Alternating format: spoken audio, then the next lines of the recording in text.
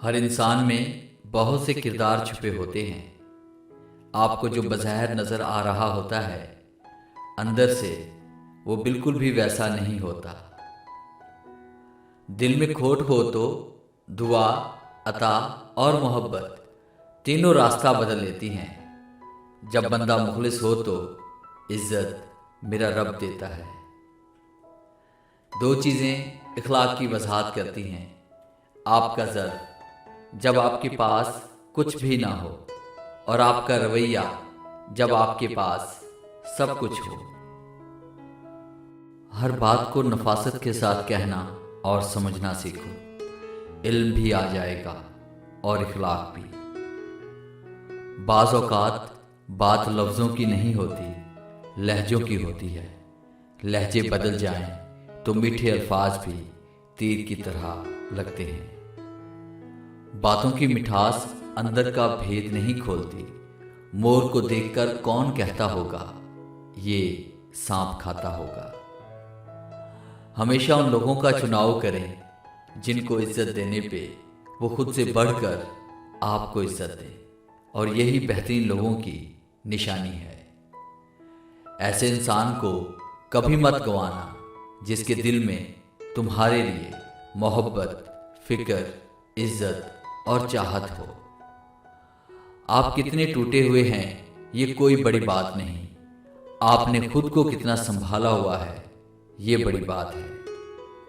بہت پیارے اور بہت نایاب ہوتے ہیں وہ لوگ جو آپ کے پیچھے آپ کا دفاع کرتے ہیں اور آپ کو علم بھی نہیں ہوتا۔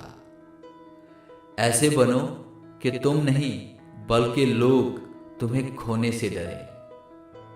دنیا میں سب سے مہنگی چیز ہے بھروسہ، جسے بنانے میں عمریں بیت جاتی ہیں اور گنوانے میں چند سیکنڈ لگتے ہیں۔ ممکن ہے کہ میں غلط ہوں، پر میرا تجربہ یہ بتاتا ہے کہ غربت ہمیشہ محبتوں اور رشتوں کو کمزور کر دیتی ہے۔ ہر اذیت کی ایک معینہ مدت ہوتی ہے، جس کے گزر جانے کے بعد نہ تو درد کی شدت پہلے جیسی رہتی ہے اور نہ اسے سہنے والا انسان پہلے جیسا رہتا ہے۔ غم اور زبان کا گہرا تعلق ہے۔ غم میں جتنی شدت ہوگی، زبان اتنی ہی خاموش ہو جائے گی۔ اللہ کا قانون انصاف ہے کہ جو برا نہیں کرتا اسے سزا بھی نہیں ملتی، اور جو اچھا نہیں کرتا اسے کبھی انعام نہیں ملتا۔ بس قانون انصاف پر یقین ہونا چاہیے۔ سزا اسی طرح کی ہوتی ہے جیسا انسان کا عمل ہوتا ہے۔ بڑھاپا ویسے ہوتا ہے جیسی جوانی۔